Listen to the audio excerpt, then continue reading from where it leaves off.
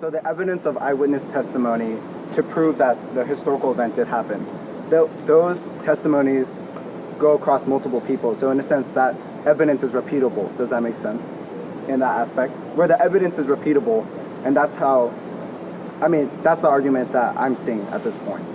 Okay, I would not, okay, I don't agree with the use of repeatable there. Okay. I would say, I'm interested in multiple eyewitness testimonies, not just one, right? But I can't repeat an event from yesterday. Yeah. It's impossible, right? So historical knowledge has nothing to do with repeating yesterday's events. I can't do it. You can't do it. Nobody can do it, right? Yeah.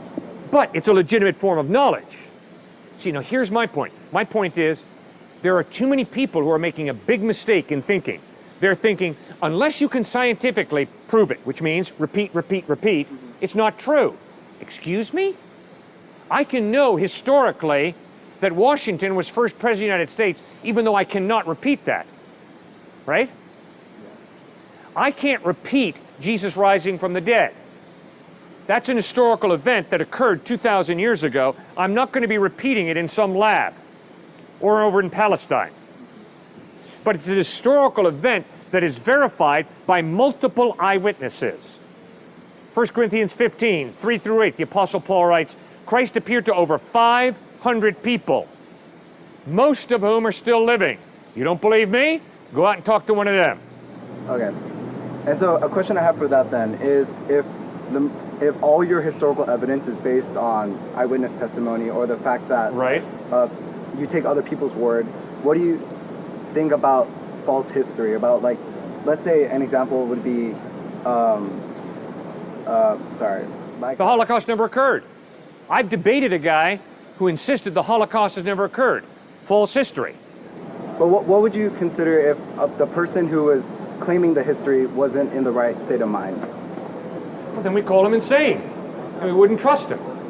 But then how would you argue against a stance where an entire society is incorrect, where the entire society will be considered insane, and that they view the historical event as wrong?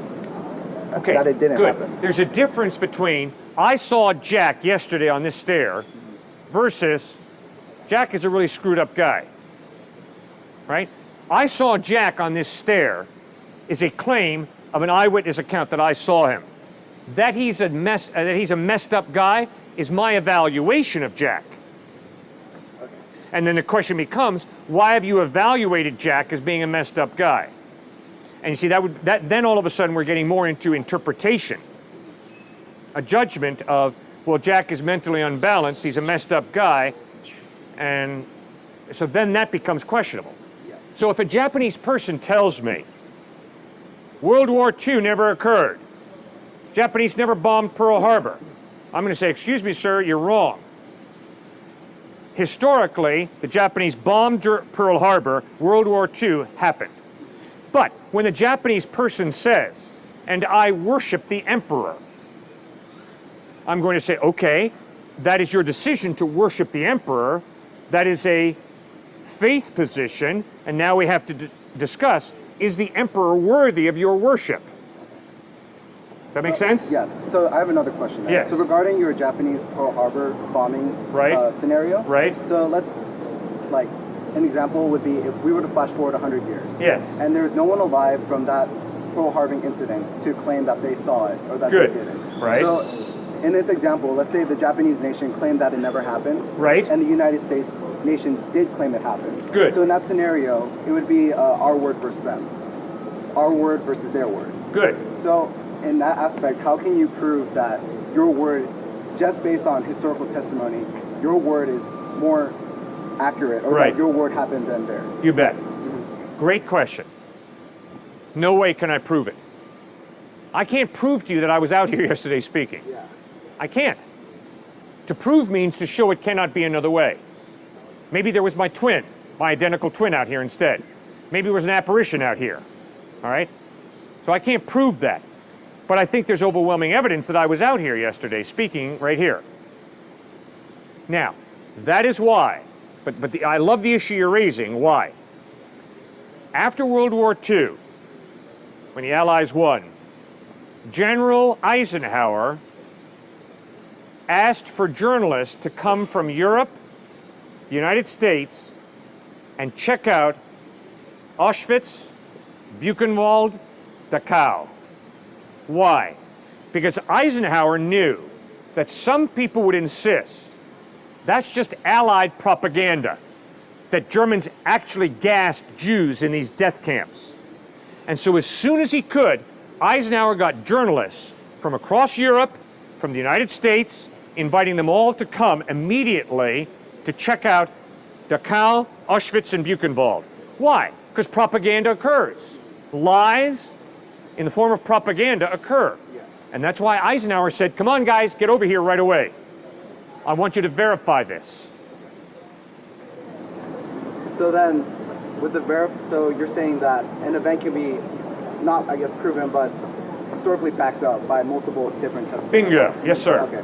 So a question then I have. So this idea of like our word versus their word and like proving historical evidence. Right. I would like to take it to the New Testament with Jesus Christ Good. and his disciples. I like you going there. So a question I have is, the majority of the New Testament is written by the 12 disciples, or I'm not too familiar with the New Testament. It's okay. No, you're right.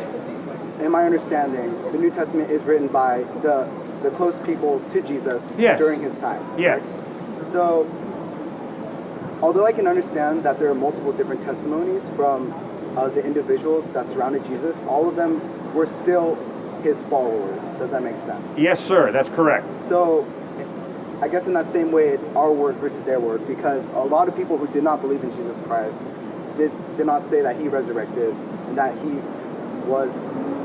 did not resurrect. They did not believe and that. That's his right. disciples say they did. Yep. So in that aspect, it's our word versus their word. Yes, sir. So how can you claim and believe so powerfully that he did resurrect when there's two different sides? Does that make Good. sense? Makes total sense. Yeah. You're totally rational. And I appreciate you talking to me that way. Okay, so thank you. Thank you. Oh, thank you. Because I get really tired of chasing rabbits all around the universe, all right? You're logical, you're rational, and I thank you so much, okay? All right. You're right. People disagree. People in the first century disagree. Some people insisted, no, Jesus did not rise from the dead. Baloney. Other people insisted, no, we saw him risen from the dead. So what we've got to do is, we've got to examine the writings of those who say, we saw him risen from the dead. When you read the Gospels, what is refreshingly honest is, Peter denied knowing Christ 3 times. What a turncoat. He's one of his 12 closest buddies. Before the resurrection, Peter denies knowing Christ 3 times. After the resurrection, Peter is willing to be martyred for his faith in Christ. Wow, that's some real honesty. Thomas, one of the 12 closest followers, says to the other followers of Christ, oh, you say Jesus rose from the dead? You're nuts. Not unless I can see him with my own eyes. Not unless I can take my hands and put them in the nail prints in his hands will I believe. And one night, all the disciples are together, including Thomas, and Jesus stands among them, walks right up to Thomas and says, my man, right here, take your hands and put them in the nail prints in my hands. Take your hand and thrust it in the spear wound in my side. And Thomas stopped doubting and believed. And Thomas hits the floor and says, my Lord and my God. You see, I love the honesty of, these are not inept puppies drinking the Kool-Aid. These are Christ betrayers, Christ deniers, who ditched Christ in his biggest moment of need, but then something happened where they became so brave that they were willing to die for Christ. And what they insisted was, it was the resurrection of Christ that radically changed them. One other quick example, James, the younger brother of Christ, he didn't believe in Jesus before Christ's resurrection. Imagine how it would be for you to believe your older brother is God in human form. That's a lot to swallow. So James didn't believe in him. But in 1 Corinthians 15, we read how the risen Christ appeared to James, and James became a leader in the first century church, claiming, I saw Christ risen from the dead. Okay, now here's the final kicker for me. all of these guys who saw Christ risen from the dead, stood before Roman soldiers or some other type of group of people, like Thomas in India, southern India, and these people said, the Romans said, say Caesar is Lord and live. You walk out of this prison, you're free.